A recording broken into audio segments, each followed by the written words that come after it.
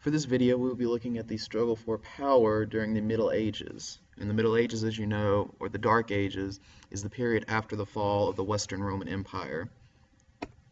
Now, first off is looking at what is conflict. And this occurs when one person or a group of people decide they want something one certain way, and not everyone is okay with this. This can be political, whether it's two candidates, Barack Obama and Mitt Romney running for president, or it can be more serious, such as the Crusades, where Christians and Muslims engaged in very, very vicious violence for control of the Holy Land.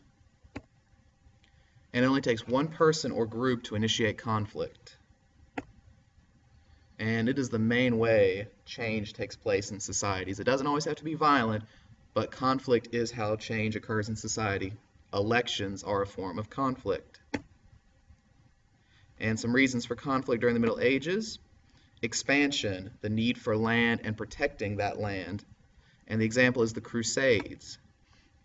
Now, the Crusades were really a series of 9 wars, and it's where Muslims controlled the Holy Land, and the Byzantine emperor, who was a Christian emperor, feared these Muslims attacking his capital of Constantinople and taking his territory and his capital, so he asked for help. The person he asked is Pope Urban II, who is the leader of Western Christianity, so the area around France, Italy, Germany, England. He asks them for help, and the Pope agrees and calls for a crusade at the Council of Clermont. And this launches the First Crusade, 9 total. The First Crusade was successful. The Crusaders retook Jerusalem and established a kingdom, but then they got kicked out, and over time, the other 8 Crusades were pretty useless. Now, a misconception is they were fought over religious beliefs, and it was Christians and Muslims fighting, but the real cause was the fear of losing land. So land is the main cause of the Crusades, the Holy Land especially. The Christians wanted the land and to hold on to the land they did control. The Muslims wanted the Holy Land back and to grab more areas. So the whole crusade, all the Crusades were over was land. And the effects were the following: got trade increasing. The kings gain power because while the Pope calls for the crusade, he's actually not going along to fight.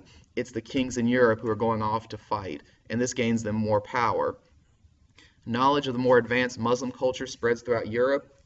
At this time, the Muslims in the Middle East are way ahead of the Christians in Western Europe.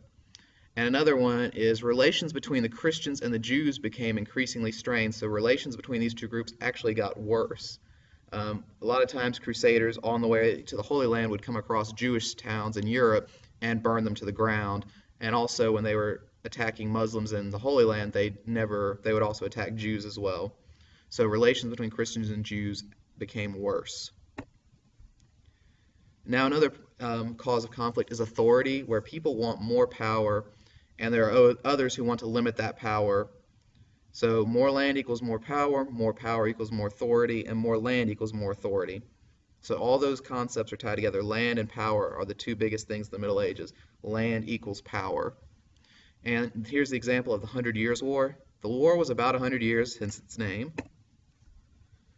And it's fought between England and France. And the cause of it is the French king dies without an heir. As you know, in absolute monarchies, the power is passed along to the son from the father, and that's how you become king. But here the French king dies without a son, so he has nobody immediately to take the throne. His closest living relative is the King of England. They're related, they're cousins, but he's English. The French don't want this guy. The French king has a cousin who is serving as the regent, who is less close related than the King of England, but he's French. The French want him. And they decide to make this regent, who's temporarily being king, the permanent king. And this does not make the King of England very happy. And he actually invades because he wants to rule both countries. He sees himself as the legal heir, so he sees this as his right to own France. And eventually the French win the war after about 100 years. This is the time of Joan of Arc. And the third cause of conflict during the Middle Ages is religious beliefs, where the church tries to gain power and also local rulers are trying to control power. So conflict with religious beliefs is a main part. First up is the Cluniac reforms, which is about monasteries. Monasteries are where people take the vow of poverty and they just live their lives as monks. But at this time, the people running the monastery are called abbots, And the abbots are chosen by the local leaders, local rulers, not the pope, not the bishop, not even the king. It's the local ruler controlling the immediate area.